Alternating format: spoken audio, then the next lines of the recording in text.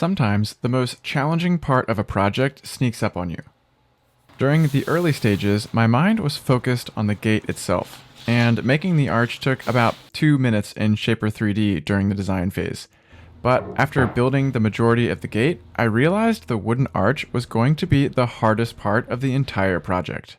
The biggest challenge was the outer edge of the arch needed to follow the irregular brick profile, while the inner edge had to be a perfect radius, something pleasing to the eye. The template I created in the previous deep dive made that much easier, but I still had to figure out how to actually build the shape. I came across a technique from a Japanese door builder that involved cutting interlocking pieces and gluing them in layers to form the arch. I printed a template from my computer to cut 24 pieces, leaving extra material so I could flush everything with a router later. I also created a second template for the inner edge of the arch so I could achieve a clean, consistent radius. I glued handles on to the template and used double stick tape to keep the piece in place while I routed it.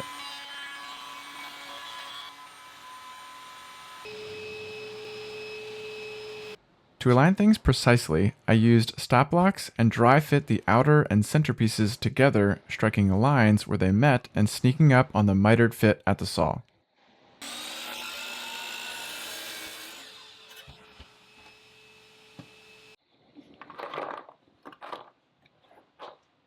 Assembling the arch was the next challenge. I added dominoes between each piece for strength and used a combination of Titebond 3 and CA glue to hold everything in place while the joints cured. CA glue with accelerator acts like a temporary clamp. It gave me just enough tack to move on while the dominoes and Titebond set up. I glued up 2 layers at a time to give myself better control over alignment. Once the glue dried, I finally got to use my router template to shape the final arch. With a series of push and pull cuts to match the steep grain direction of the arch components, I got a smooth cut with the help of a down shear helix flush trim bit. I flipped the layers to alternate the joints, creating an interlocking pattern for added strength. I glued up 2 layers at a time to give myself better control over alignment. And it was pretty exciting to see 24 small components start to become one large arch. After gluing each layer together, I could use the previous layer as the guide to flush things up. I smoothed out any inconsistencies between joints and brought things to their final dimensions at my planer before the big assembly.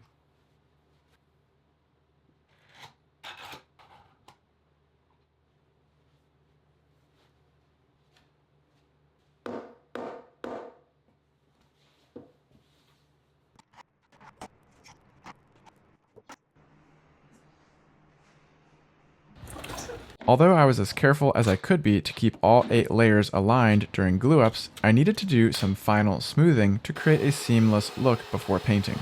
No one told me how useful a belt sander can be for achieving great results, and I've recently become obsessed with using mine since adding it to my kit. Now it's time for yet another challenge that snuck up on me.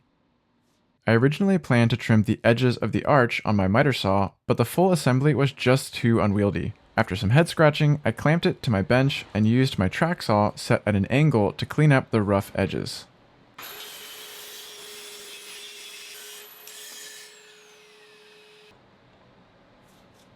I can't believe that worked! Since the jam is too big to fully assemble before delivery, I added a domino to the arch and cut open-ended mortises on the vertical jam pieces. That way I can slip everything together on site. I'll drive a drawbore pin through the joint to pull the parts together without clamps. I'm gonna go eat a handful of jelly beans now.